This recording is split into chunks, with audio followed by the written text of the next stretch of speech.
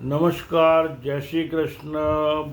ભારતના વડાપ્રધાન નરેન્દ્રભાઈ મોદી અને ગુજરાતના મુખ્યમંત્રી ભૂપેન્દ્રભાઈ,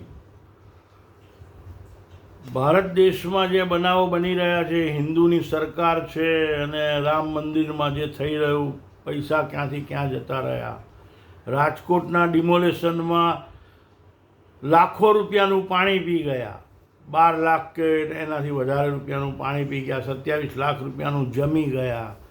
ત્યારે મનમાં એક સવાલ આવે છે નરેન્દ્રભાઈ અને ભૂપેન્દ્રભાઈ કે ગુજરાત સરકાર, ભારત સરકાર, અમદાવાદ મ્યુનિસિપલ કોર્પોરેશન દ્વારા જે સરકારી દવાખાનાઓમાં દવા મળે છે, નાના બાળકો, અમારા જેવા સિનિયર સિટીઝનો જે કાયમી રોગોની દવા લઈએ છે, તો એ દવામાં સંપૂર્ણપણે સારી ને પૂરેપૂરા તત્વવાળી દવા આવે છે કે નહીં એનો તમને સવાલ કરીએ છીએ.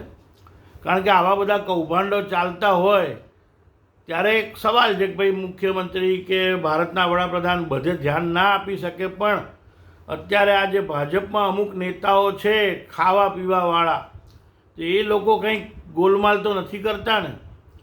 જો સરકારી દવાખાનાઓમાં મ્યુનિસિપલ કોર્પોરેશન, ગુજરાત સરકાર, ભારત સરકારના દ્વારા જે દવાઓ મળે છે, મફતમાં દવા જે આપવામાં આવે છે, એમાં પૂરા તત્વો હોય છે કે નહીં, જે એના જે હોય ડ્રગ્સ પૂરેપૂરું હોય છે કે નહીં? નહીં તો લેવાના દેવા પડી જાય. અમારા જેવા કરોડો માણસ દવા લે છે સરકારમાંથી અને ઘણી વખત જલ્દી ફરક તો નથી પડતો, પણ એ વસ્તુ જવા દઈએ છે, પણ દવા સારી અને સાચા તત્વવાળી મળે છે કે નહીં એના માટે આ તમને કહેવા માટે જ આ વિડીયો બનાવ્યો છે.